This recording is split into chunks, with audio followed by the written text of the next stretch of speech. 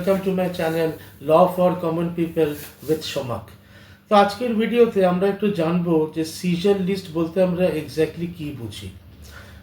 তো সাধারণভাবে caesar list বলতে আমরা কী বুঝি? ফর এক্সাম্পল, পুলিশ কোনো বাড়িতে একটা রেডে গেছে, গিয়ে কিছু জিনিস বাজেয়াপ্ত করেছে। এবার যে যে জিনিসগুলো বাজেয়াপ্ত করলো সেইগুলোকে মেনশন করে পুলিশকে একটা সিজার লিস্ট তৈরি করতে হয়। তো এইবার কী হয়, যারা করাপ্টেড পুলিশ থাকে তারা এই সিজার লিস্টকে নানান রকমভাবে ম্যালাফাইড ওয়েতে ইউজ করে। তো তাতে কী হয়, যে আসামি সে আরও নানান রকম ঝামেলায় জড়িয়ে যায়। তো সিজার লিস্টে কিছু জিনিস আছে যেগুলো ল বলছে যে মেনটেন করতে হবে। So now we will discuss what are those things. তো ফার্স্ট হচ্ছে সেকশন, এফআইআর নাম্বার এবং পুলিশ স্টেশন, এই তিনটে যেন ক্লিয়ারলি মেনশন করা থাকে সিজার লিস্টে।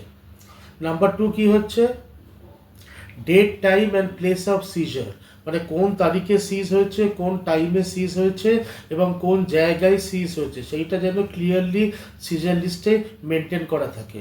নাম্বার 3 কি হচ্ছে, যে যে জিনিসগুলো সিজ করলো পুলিশ, সেই জিনিসগুলো প্রপার ওয়েতে যেন লিস্টিং করা হয়।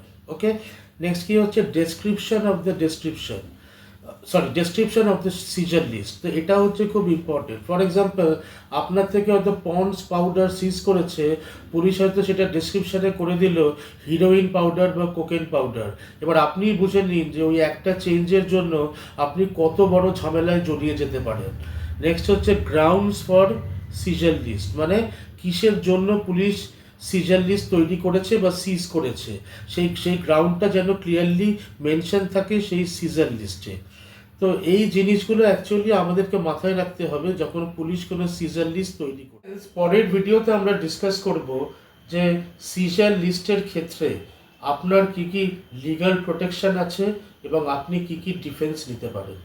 সো ফ্রেন্ডস, যদি আমার এই ভিডিওটা আপনাদের ভালো লেগে থাকে দেন কাইন্ডলি আমার এই চ্যানেলটাকে লাইক, শেয়ার অ্যান্ড সাবস্ক্রাইব করে দেবেন।